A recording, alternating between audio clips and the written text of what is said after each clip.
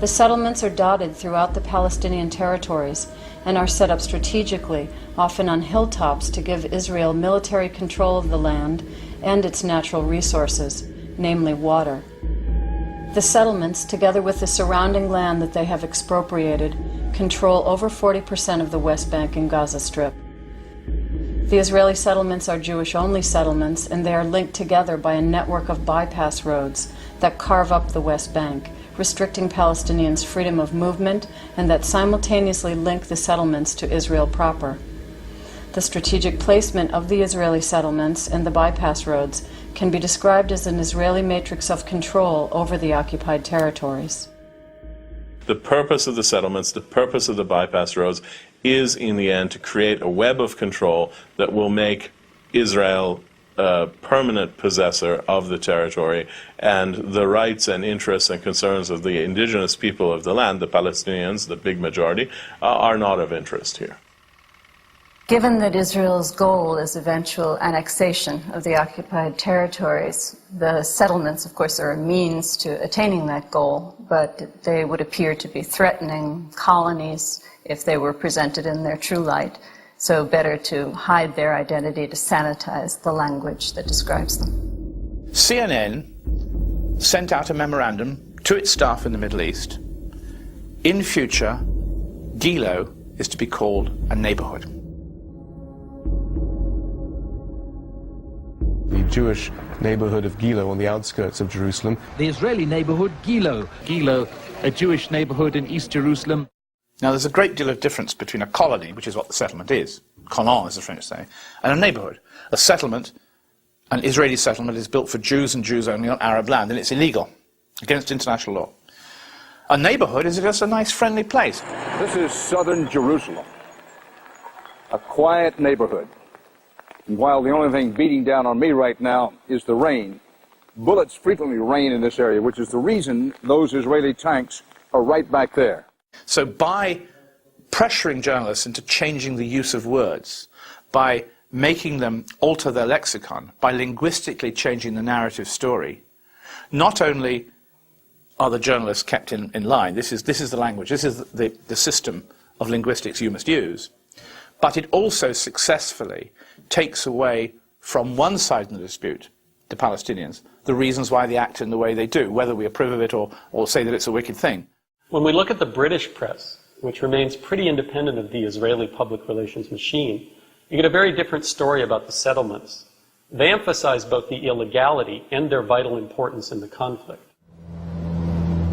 They look like ordinary Israeli neighborhoods, suburban, modern and comfortable. But the Jewish settlements in the occupied West Bank and Gaza Strip are now the key issue in the conflict between the Palestinians and the Israelis. There are something like 200,000 Israelis living on land captured from the Palestinians in the war of 1967. The government knows it's under intense pressure to stop expanding the settlements, which are illegal under international law. But the people left with no choice are the Palestinians. They see every new Israeli building on occupied land as a gross violation of their sovereignty, and they insist that the Israelis must stop all building. In contrast to British coverage, in American news coverage, the settlements are downplayed, and questions regarding their legality are rarely raised. In fact, there are times when they're flat out legitimized and defended. Israeli settlements are so interspersed throughout Palestinian territory that a border around them all would be too long to defend.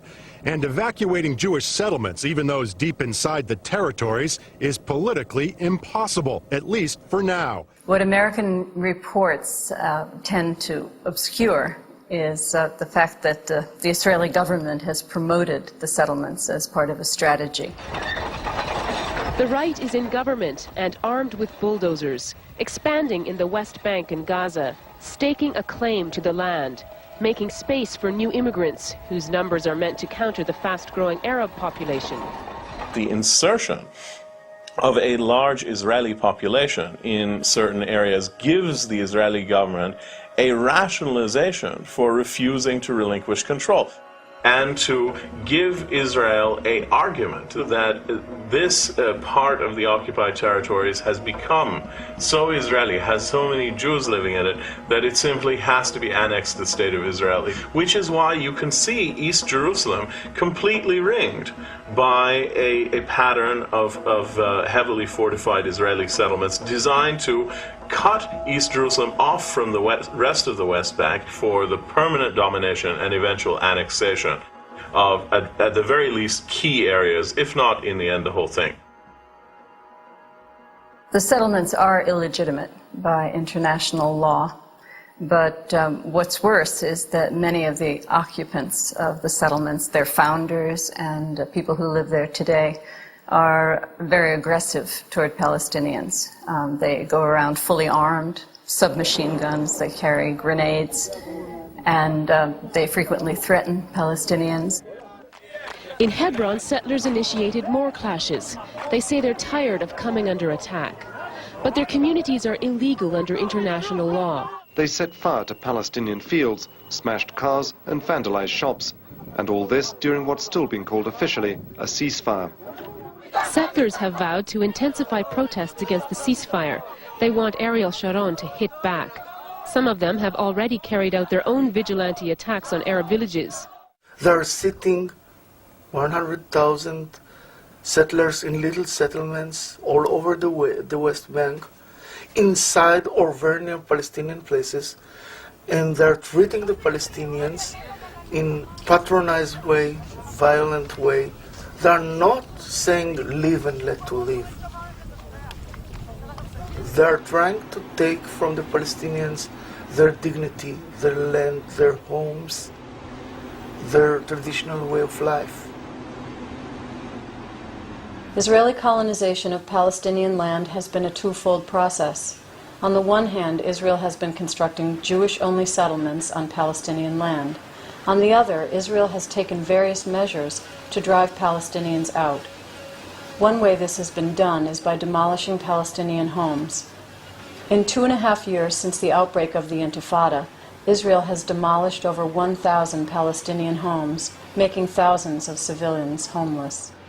It's a large-scale process of demolishing the homes of Palestinians in order to effect what Israel is largely about, which is controlling the territory, making life uncomfortable for the Palestinians, making Palestinians leave their homes on the West Bank.